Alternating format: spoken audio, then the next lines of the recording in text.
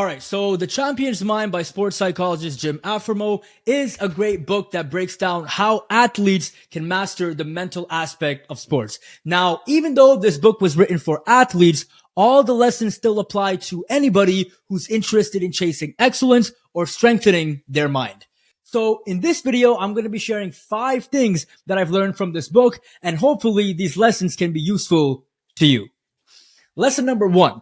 Champions say, today I did, not one day I will.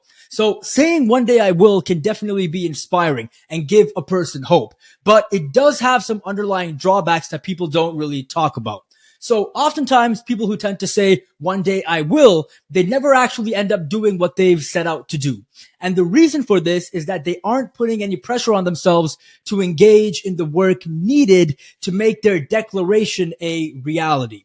Now, when you keep saying one day I will, you're not truly holding yourself accountable. And this makes it easy to slack off. But when you have a goal in mind and you focus on saying today I did, you're now forcing yourself to be accountable. And this daily accountability leads to consistency, concentration, and urgency, which eventually gets you to the goal you've set out to achieve. So, for example, if you're looking to gain an expert knowledge of business and you set out to read 100 books to master this topic, your daily goal could be to read 30 pages a day. And assuming the average book you read has around 300 pages, you can tell yourself, if I read 30 pages every day, I'll surpass my goal of 100 books within 3 years. So holding yourself accountable to this type of daily work and not living in the fantasy of one day I will is a simple way to stack up small wins and make sure you're on track to hitting your long-term goals. Lesson number 2 is how to handle anxiety. So athletes normally feel anxiety before a competitive performance. This is because they are afraid of possible embarrassment, which is completely normal and actually a good thing because it shows that you care, right? But obviously playing with the fear of embarrassment is detrimental because you simply won't be able to play to your maximum potential. It's the same thing with life. People avoid going after dreams or taking risks because they know they will get laughed at, which is embarrassing, and nobody wants that. But just like in sports, that fear can ruin everything. So I'm going to go through 3 of my favorite techniques that Jim goes through in this book. And if you want more, I would recommend buying the book, and I'll leave a link to the book in the video description below. So method number 1, breathing. Deep breathing is one of the best ways that a person can regulate anxiety. This is because deep breathing does a great job at lowering the heart rate and puts you in a state of relaxation. You see guys like Ronaldo and Nikola Djokovic do this all the time. Now, the key here is to make sure your exhale is longer than your inhale. So for example, you breathe in for 2 seconds, pause for 1 second, and exhale for 6 seconds.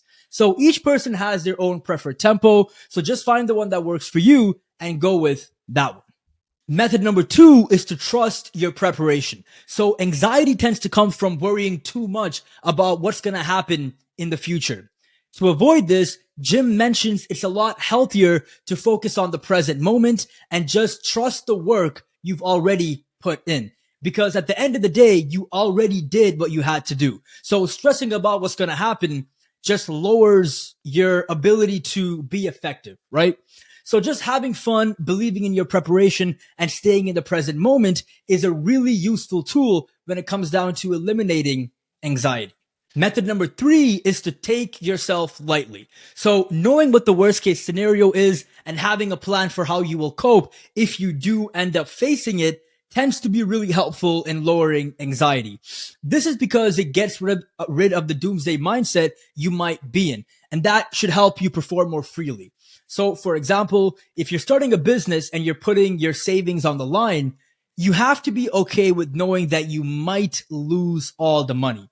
This will help you move forward and not let fear stop you. And Elon Musk actually used this technique when he started SpaceX. So I'll put a link to the interview in the video description below, and you can watch it if you'd like.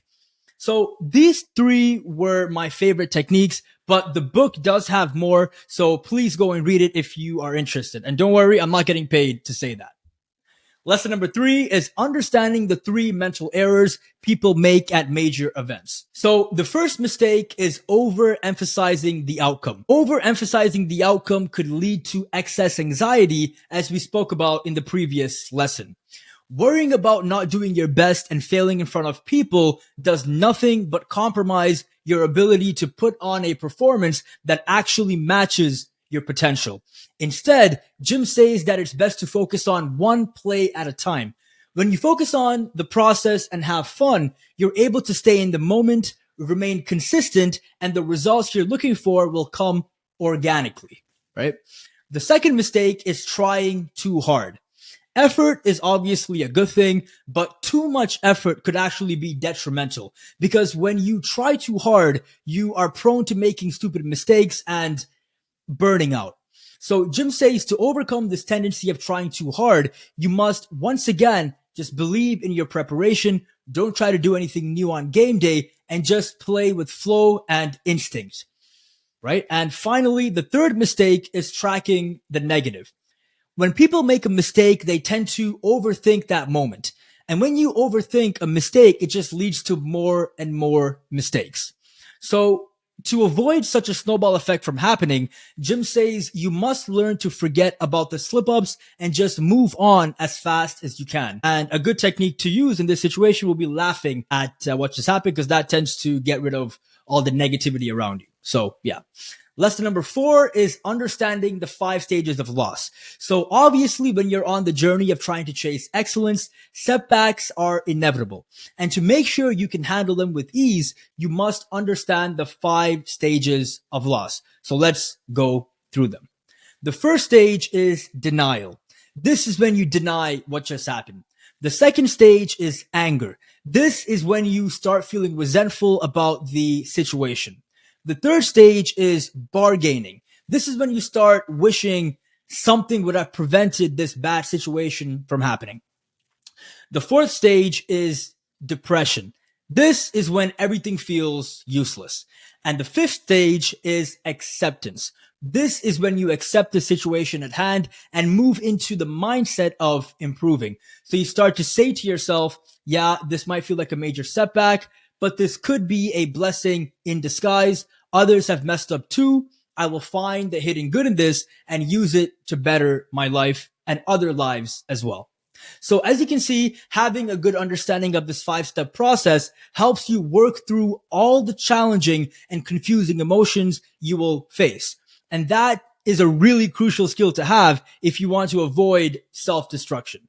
And finally, lesson number 5 is curiosity and enthusiasm is the best form of motivation. Jim Afremow states that being motivated by external rewards like praise, awards, accolades, and so on can definitely be a great form of motivation, but it can leave you empty if that is all you pursue.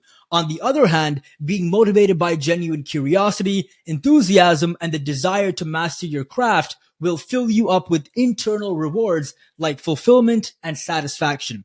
This feeling of fulfillment and satisfaction is really important if you want to maintain a long-term drive.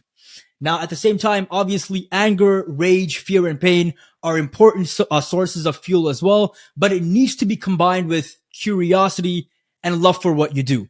Because if it isn't, the results simply won't be worth it, and you will be drowning in your own empty misery. So thank you so much for watching this video. Those are the 5 lessons that I got from this great book, The Champion's Mind. Once again, I really do recommend reading this book. And if you enjoyed this, please do like the video and subscribe to the channel. And I'll definitely be doing more videos like this, and more podcast interviews are coming as well. Once again, thank you so much. I love you all, and I'll see you on the next one. Take care now.